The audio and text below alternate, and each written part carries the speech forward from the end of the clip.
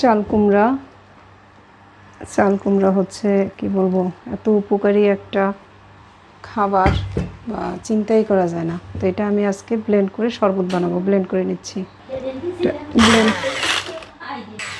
Blend করে নিচ্ছি।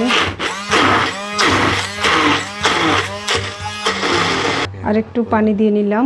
এবার আবার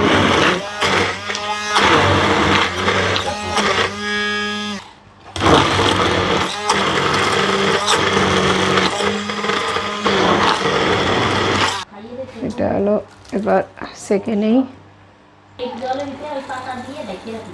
চাল কুমড়ার শরবত দুই রকম বানাবো, তিতিরের জন্য একরকম, আমাদের জন্য আর একরকম।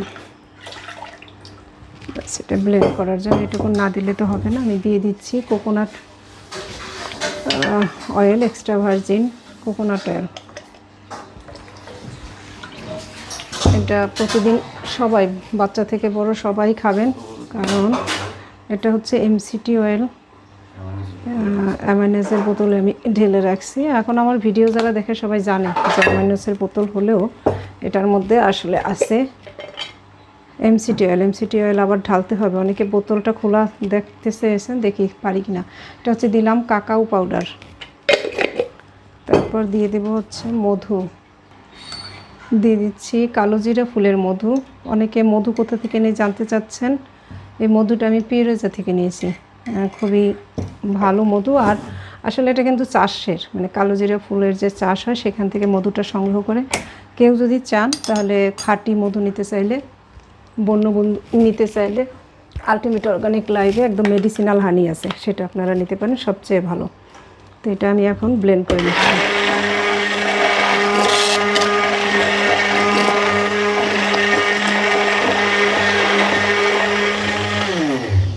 ব্লেন্ড করে নিলাম।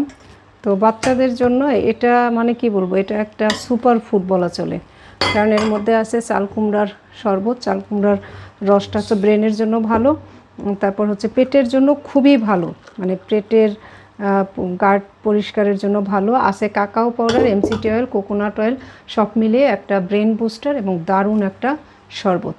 এটা বাচ্চাদের জন্য, আর আমি বড়দের জন্য আরেকটা ভিডিও করে দেখাচ্ছি।